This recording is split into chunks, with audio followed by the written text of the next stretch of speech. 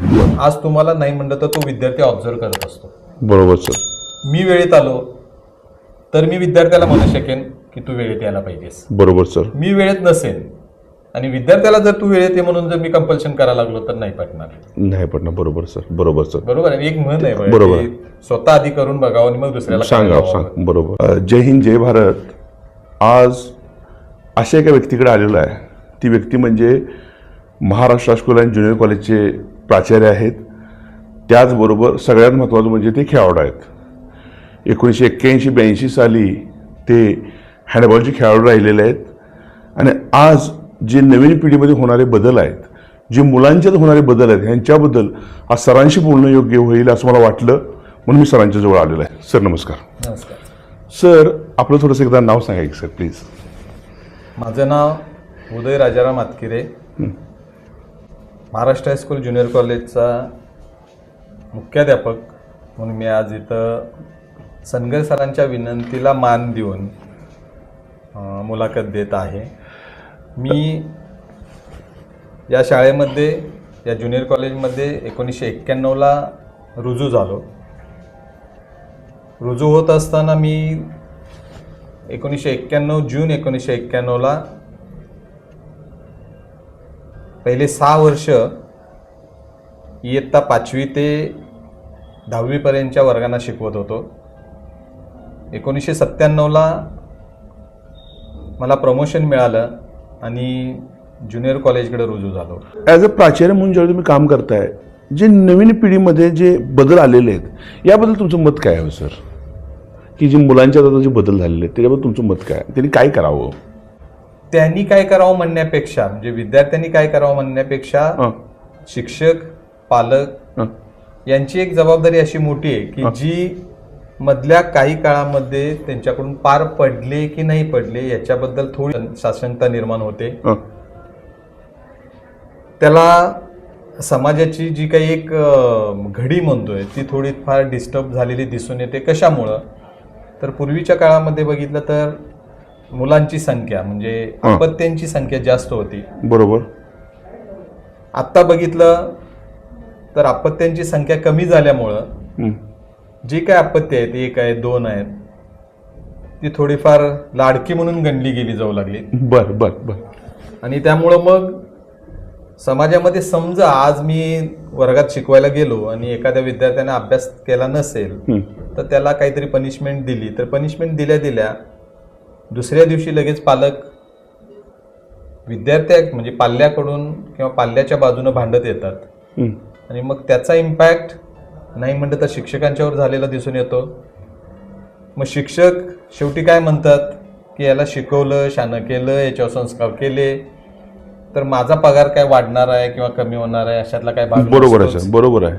आणि त्या अनुषंगानं जर आपण विचार केला तर मग पालकांचं लाडकं म्हणून आणि शिक्षकांचं मग दुर्लक्ष, याच्यामुळे त्यांच्यावर, विद्यार्थ्यांच्यावर किंवा पाल्यावर जो काही संस्कार घडायला पाहिजे तो घडलेला दिसून येत नाहीये. ॲज अ पालक म्हणून त्यांनी कशा पद्धतीने जबाबदारी पार पाडावी, मुलांच्याकडून काय कशा पद्धतीने अभ्यास करून किंवा घरातलं कामकाज करून घ्यावं, हे तुमचं मत आहे सर?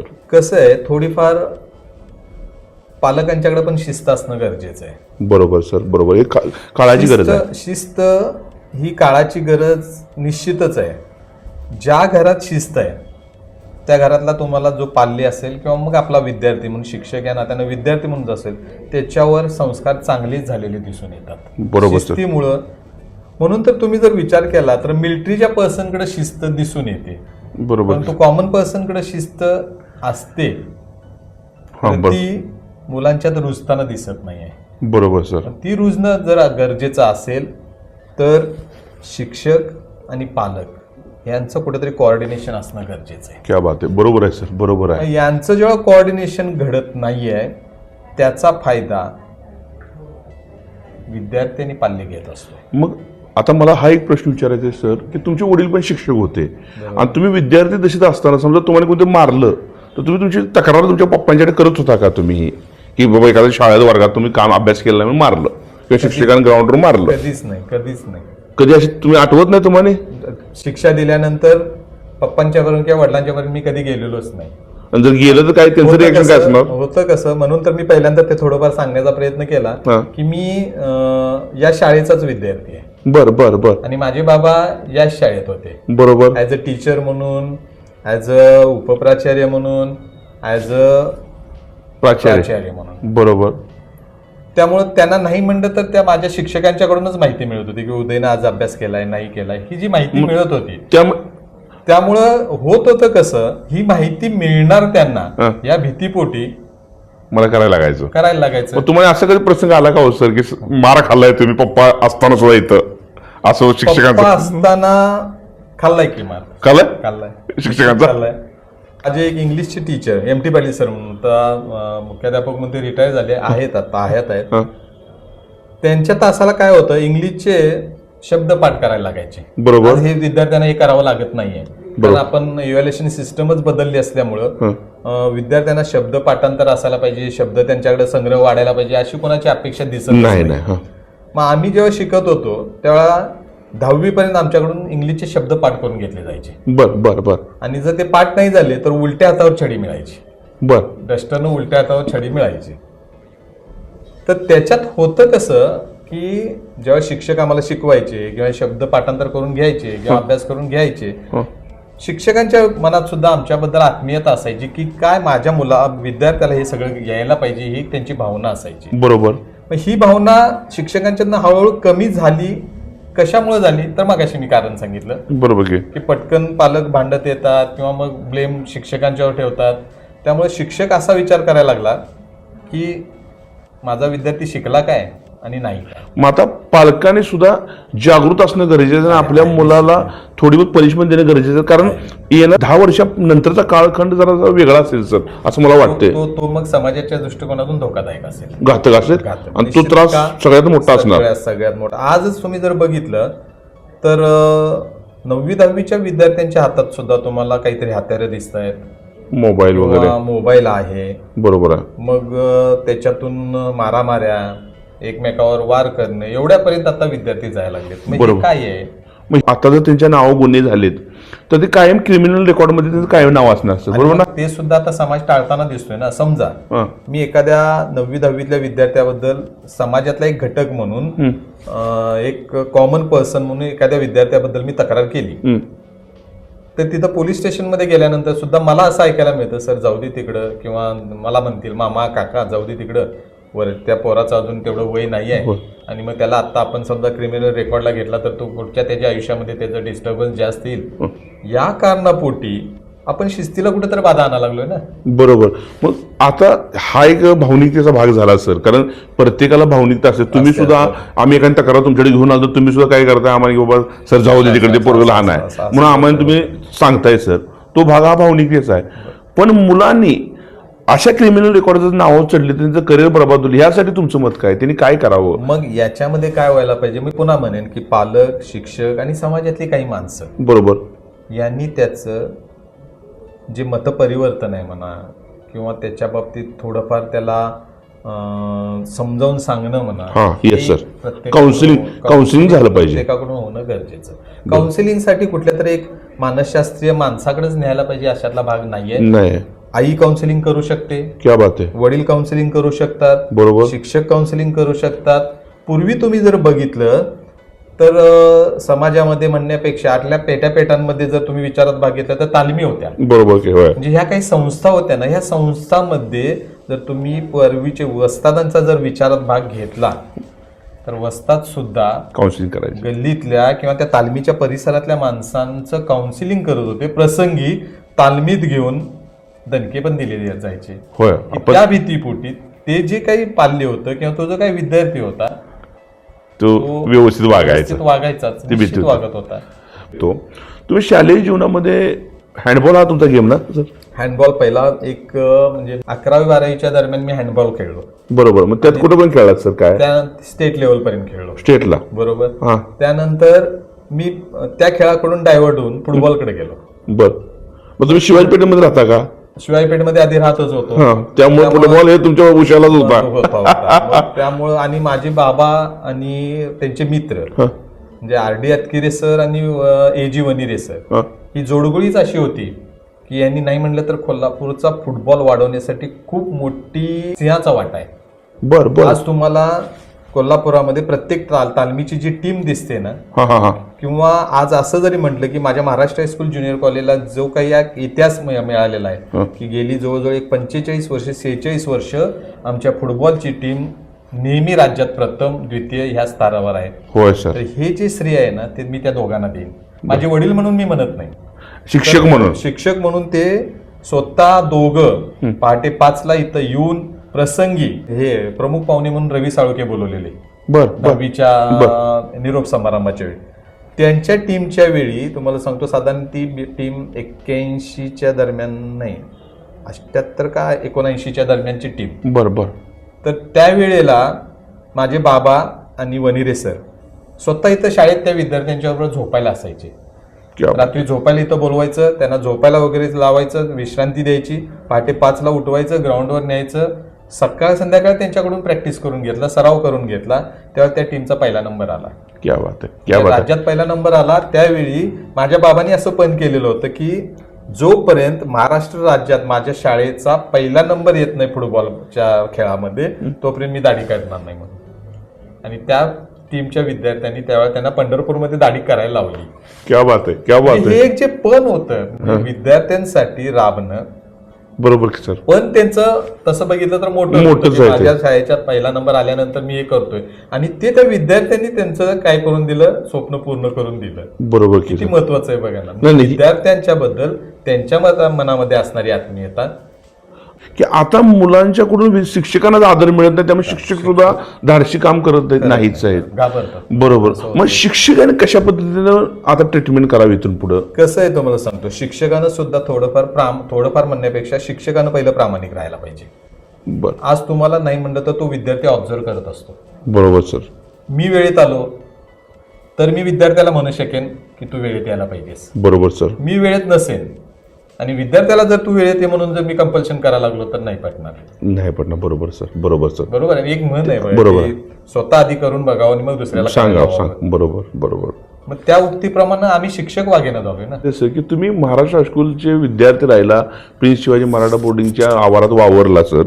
तुम्हाला मोठमोठी लोक तुम्हाला बघायला भेटली सर तुमच्या कालखंडामध्ये. बरोबर. तर तुमच्या आठवणीत असणार असं व्यक्तिमत्व कोण हो? नागनापन्ना नायकवडी यांना बघितलं तुम्ही? बघितलं. बरं. त्यांचं कसं शब्द, त्यांच्यात काय वाटत होतं ऊर्जा येण्याचं काय? कसं आहे तुम्हाला सांगतो, तो एक स्वातंत्र्य सेनानी म्हणून तर माणूस होताच. हा. स्वातंत्र्य सेनानी असताना त्यांच्याकडे जर बघितलं ना हा. तर एक भारदस्त व्यक्तिमत्व आणि साधं व्यक्तिमत्व. भारदस्त दिसत होतं कुठल्या ह्याच्यात, ते त्यांचा पोशाखानुसार. बरोबर. आणि त्यांची बरीचशीच उदाहरणं माझ्या बाबांनी मला सांगितलेली होती. कसं काय? बाबांचं माझ्या बाबांचे आणि त्यांचे खूप घनिष्ठ संबंध होते. अण्णांचे खूप घनिष्ठ जवळचे संबंध. माझ्या बाबांना ते अगदी नावानिशी बोलवायचे. नावानिशी म्हणजे कुठल्या नावाने? माझ्या बाबांचं नाव राजाराम, तर ते राजा म्हणून हाक मारायचे. बर बर. आणि म्हणायचे सुद्धा तू मनाचा सुद्धा राजा आहेस म्हणून. म्हणजे बाबांच्या जवळ माझ्या जो काही प्रामाणिकपणा होता ना, त्या प्रामाणिकपणामुळं नागनाथांनी त्यांना खूप जवळ घेतलेलं होतं. बर बर. मग अण्णांचा कसा स्वभाव नागनाथ अण्णांचा? अण्णांचा स्वभाव सांगतो ना मी की वेळेला खूप पक्के. बर. वेळेनुसार तुम्हाला तुमच्या ठिकाणी समजा तुम्हाला म्हटले की आज मी तुमच्या गावात अमुक वाजता येतोय, तर त्यावेळी ते बरोबर तिथं असायचे. म्हणजे एक शिस्त नावाचा प्रकार त्यांच्याकडे खूप मोठा होता. स्वातंत्र्य सेनानी म्हणून तर त्यांचं काही जगजाहीरच आहे सगळं. कार्य तर त्यांचं मोठं आहे. आणि साधा माणूस मी त्यांना का म्हणतो तर त्यांच्या कारखान्याच्या बाबतीत जर तुम्ही बघितलं तर त्यांची मीटिंग होत असताना जर मीटिंग हॉल त्यांचा बघितला तर तुम्ही त्या मीटिंग हॉलमध्ये साधेपणा आहे. मांडी खाली घालून बसायचं, घोंगडं टाकायचं, स्वतः तसे बसायचे. तेव्हा बाकीचे डायरेक्टर त्या पद्धतीनेच बसायचे. आज तुम्ही कुठल्याही संस्थेत जा किंवा कारखान्यातून जा, त्यांचे मीटिंग हॉल विचारात घ्या. स्टँडर्ड असतात. स्टँडर्ड आहे. बरोबर आहे. खुर्च्या स्टँडर्ड आल्या, बसायला जागा स्टँडर्ड आली, एसी हॉल आले. अण्णांच्या याच्यात एसी हॉल नाहीच आहे. साधी दगडी तुम्ही जर इमारत दगडी इमारत आहे, मध्ये एक कट्टा आहे, त्या कट्ट्यावर अण्णा बसतात, बसायचे. आता नाहीये. आणि मग बाकीचे मेंबर सगळे बसलेले असायचे आणि त्यात बोलणं असायचं, त्यांची मीटिंग व्हायची. बरोबर. आणि आल्या गेलेल्या माणसाचा पाहुणचार तर एवढा की समजा मी बऱ्याच वेळा पप्पांच्या बरोबर जायचं किंवा मी आता अलीकडे जातो तर आज सुद्धा आमच्या वैभव काकांनी ते शिल्लक ठेवलंय, जे जपलंय की एखादा बाहेरचा कोण माणूस आला तर त्याला पहिल्यांदा जीव खाऊ घालणं, पाहुणचार करणं, आता सुद्धा आज सुद्धा हे होतंय तिथं. ही जी त्यांनी रीत घालून दिली किंवा पद्धत पाडून दिली किती महत्वाची आहे. माणसं किती जपलेत बघा. आणि मग हा भाग आता ती माणसं निघून गेलीत पण त्यांची छाप मात्र काही लोकांच्या पडली नाही सर. खरं बाकी कसं झालंय आता ते कोण करणारं नाही म्हणण्यापेक्षा माणसं पण त्या पद्धतीचीच तयार झालेत. त्यांचं तुम्ही भाषण एखादं ऐकलं का हो अण्णांचं? भाषण अण्णांचं ऐकायचं मला नाही प्रसंग कधी आला. नाही का? तेवढ्या ह्याच्यात मी म्हणजे तसं जे बाबा गावाकडे असताना नागनाथांना आलेत म्हणल्यानंतर त्यांच्या गाडी पाठीमागे पळत होते. म्हणजे त्या एज डिफरन्स मग माझा आणि अण्णांचा भाषण ऐकायचा कधी फारसा नाही प्रसंग आला. मग तुमच्या पप्पांनी सांगितलेला एखादा किस्सा काय हो अण्णांचं? छोट अण्णांचं शेतकऱ्यांच्या बद्दल असणारं प्रेम, हा, त्यांच्या समोर असणारं भाषण चालू असताना त्यांचं जे एक करारी किंवा एक मत मांडण्याची त्यांची एक पद्धत होती ती जबर होती, जबरदस्त होते, खूप जबरदस्त. बरोबर. आणि त्यानं एक असं होतं की पुढचा माणूस आल्यानंतर ते ओळखायची पटकन. बर. म्हणजे कसं नावानिशी ओळखायची. कुठली देवी देणगी इतकी होती मला माहित नाही. डायरेक्ट नाव घेऊन बोलतो. इथं डी बी पाटील सर जेव्हा मुख्याध्यापक म्हणून होते ह्याच केबिनला, इथं खुर्ची होती, आता आपण बसलो इथं खुर्ची, इथं पुढे टेबल, आणि अण्णा येऊन बसलेले होते. अण्णा येऊन बसल्यानंतर माझे बाबा पण तिथंच त्यावेळेला होते, कारण अण्णा आले की बाबांना बोलवून घ्यायचेच. तेवढ्या दरम्यान 91चीच ही माझ्या मते हे घटना. मी केबिनमध्ये आल्यानंतर पुढ्यात उभा राहिल्यानंतर त्यांनी मला सातत्यानं बघितलं असेल इथं कुठेतरी पप्पांच्या जवळ वगैरे असं. मग पप्पांनी विचारलं की कोण ओळखलं काय, तर पटकन म्हणले उदय. त्यांच्याकडे एक ती कला होती अण्णांच्याकडे. बरोबर सर. कशामुळे झालेलं सांगतो तुम्हाला. पप्पांनी इथं बसून जेव्हा इथं अण्णा इथं होते, पप्पा येतं, डीबीएल काका इथं होते, बोलता बोलता म्हणले की जरा उदयला बोलवतो. अण्णा आलेत, उदयला बोलवतो. तेवढंच लक्षात ठेवलं आणि हे उदय म्हणतो. मग किती म्हणजे ती जी एक लकब त्यांची होती ना खूप महत्वाची. आता सर तुम्हाला नाही म्हणलं तर आता मी असं म्हणेन की छत्रपती घराण्यात मालोजी राजांच्याकडे ती दिसते. म्हणजे बाबाजी जी एक लकब आहे ना ती पण तशीच आहे. ती पटकन माणसाला नावानिशी हाक मारतात. बर सर. डी.बी. पाटील साहेबांच्या सानिध्यात तुम्ही राहण्याचा योग आला का? लहानपणापासून. कसं व्यक्तिमत्व काय होते सर? कसं झालं, लहानपणापासून त्यांच्या सानिध्यात असल्यामुळं बाकीच्या दृष्टिकोनातून ते असे वाटत होते की स्ट्रिक्ट म्हणजे त्यांच्या घरातल्यांना सुद्धा हेच अनुभव. कारण काकी सुद्धा इथं सर्व्हिसला होत्या. बरोबर. डी.बी. काका आणि काकी दररोज येताना दोघं मिळून यायचे, खरं जाताना त्यांना घरी जावं लागायचं. होय. एक किस्सा त्यांचा मी सांगतो. डी.बी. काका आणि काकी घरातून बाहेर पडत होते. त्याच वेळेला डी.बी. काकांची दाजी तिथं घरी आली. बरोबर. शाळेची वेळ तर झालेली होती. घरी आल्यानंतर काकीना म्हणले ते काय असेल ते पाहुणचार कर आणि मग तू ये, मी स्वतः पुढं जातो. हे पुढं आले शाळेत. पाहुणे कोणाचे? त्यांचेच. आलेली घरी यांनी स्वतः सांगितलं की त्याचा पाहुणचार कर आणि ये. काकीने याला वेळ झाल्यानंतर त्यांनी रजा मांडलेली होती आणि पूर्ण ड्युटी करायला लावली. संध्याकाळी सगळे तास म्हणजे शाळा सुटल्यानंतर घरी जायला सांगितलं. ही जो त्यांचा जो स्ट्रिक्टनेसपणा माझं म्हणून करू शकले असते 100% सर. बरोबर आहे. मी सांगितलेलं होतं, पत्नी तिला सांगितलेलं होतं की तू काय असेल तो पाहुणचार कर, तरी सुद्धा इथं त्यांना वेळ झाला म्हणल्यानंतर रजा. म्हणजे हे मगाशी पण मी तुम्हाला म्हटलं की मी स्वतः ते करणं गरजेचं आहे. इथं शाळेत सुद्धा समजा माझा स्टाफ वेळेत येणं, स्टाफकडे जो काही म्हणजे शिस्तीचा भाग आहे तो जर मी बांधवायचा म्हटलं किंवा त्यांच्या अंगी करायचा म्हटलं तर आपल्याला मी तशा पद्धतीने असायला पाहिजे, तरच तो गुण त्यांच्यात येईल किंवा ते वागतील, अदरवाईज नाहीत वागणार. बरोबर. म्हणजे हा संदेश तुम्ही शिक्षक वर्गाला सुद्धा सांगताय की नियमितता सातत्यपूर्ण त्यांनी राहिलं पाहिजे, शिस्तीनुसार जायला पाहिजे. शिस्त मोस्ट इम्पॉर्टंट थिंग. मला सर हा एक प्रश्न विचारायचा आहे की शिक्षकाने विद्यार्थ्यांना कसं विश्वासात घ्यावं? एखाद्या विद्यार्थ्याला समजा एखादा विद्यार्थी चुकी करायला लागलाय, पण त्याला कसं विश्वासात घ्यावं? तुमचं मत काय? आज तुम्हाला जर बघितलं तर तुमच्यावर म्हणजे शिक्षकांच्यावर एवढे बॅन्स आणले आहेत की शिक्षकांनी विद्यार्थ्याला मारायचं नाही, बोलायचं नाही, केसाला आपलं सुद्धा वापरायचं नाही. हे कशामुळे आलं? हां तर प्रत्येक वेळी तुम्ही विद्यार्थ्याला जर समजा माझा वैरी समजायला लागला तर मग हे तुम्हाला सोसावं लागणार किंवा भोगावं लागणार. मी सुद्धा माझे स्वतःचे अनुभव सांगतो. 91 पासून आज तागायत बघितलं तर मी सुद्धा विद्यार्थ्यांना झटके दिलेत की, तर झटके दिल्यानंतर त्या विद्यार्थ्याला पुन्हा जवळ आपण घेतलं किंवा त्याला समजावून सांगितलं तर त्या विद्यार्थ्याला ते पटतं आणि मग माझ्याबद्दल तक्रार घरी जाणारच नाही ना. देवच म्हणणार. त्याला लक्षात येतं की बाबा नाहीये की सर माझ्यासाठी चांगलं काहीतरी करतात, तर तेवढाच मी रिस्पॉन्स सरांना देणं गरजेचं आहे. त्या पद्धतीने विद्यार्थी वागतात. असं काही नाही की जुने विद्यार्थी चांगले होते म्हणून मार खाऊन सुद्धा गप्प बसायचे आणि आत्ताचे विद्यार्थी समाज बिघडला किंवा ह्या बिघडलेल्या अवस्थेत आहे म्हणून ती सुद्धा मुलं बिघडलीत, तर असं नाहीये. नाही बरोबर, निश्चितच नाही. त्यांना समजून सांगितलं तर विद्यार्थी गुन्हेगारी प्रवृत्तीचा असू दे, त्याला सुधारायचं म्हटलं तर आपल्याला सुधारवता येतं. फक्त त्याच्या पद्धतीनं जाणं गरजेचं आहे. प्रसंगी त्याला एखादा झटका द्या, प्रसंगी त्याला प्रेमानं. कारण ही जी वेळ आहे ना, झटका देण्याची वेळ आणि समजावून घेण्याची वेळ, शिक्षकाला साधता यायला पाहिजे. ते जर साधलं तर विद्यार्थी तुमचा निश्चित चांगला करेल. बरोबर सर. आता खेळाबद्दल तुम्ही आता बोललात सर, आपल्या शाळेचं नाव खेळासाठी पूर्ण महाराष्ट्र राज्यात आहे. तर तुम्हाला येणाऱ्या काळात असं वाटतं का हो सर, आधी आपली मुलं वर्ल्डमध्ये खेळावीत असं? निश्चित. आपले जवळ 18 ते 20 विद्यार्थी वर्ल्डमध्ये खेळलेले आहेत ना महाराष्ट्र स्कूलचे. फुटबॉलमध्ये आहेत, आर्चरीमध्ये आहेत, त्यानंतर नेमबाजीमध्ये आहेत, बरं, वेट लिफ्टिंग मध्ये आहेत. जवळजवळ 20-25 ऑनर बोर्डवर बघितलं तर ती सगळी नावं आहेत. नॅशनल लेवलला वगैरे खेळलेली, इंटरनॅशनल खेळलेली ती नावं सगळीच आहेत. होय सर. त्या पद्धतीनं अजून सुद्धा जाण्याची शक्यता नाकारता येत नाही. होय. तर त्या पद्धतीनं विद्यार्थ्यांनी पण वेळ द्यायला पाहिजे, शिक्षकांनी पण वेळ द्यायला पाहिजे. पण शिक्षक सुद्धा आपले निश्चित सर्व शिक्षक बघितले तर व्यवस्थित काम करणारीच मंडळी आहेत. पण तो काही वेळा मरगळ येते. बरोबर. जरा थोडंफार झटकण्यासाठी त्यांचा जो कॅप्टन आहे त्यांचं काम महत्वाचं असतं आणि ते त्यांनी करावं, बोलावं लागतं. काही वेळा पुन्हा समजून घ्यावं लागतं.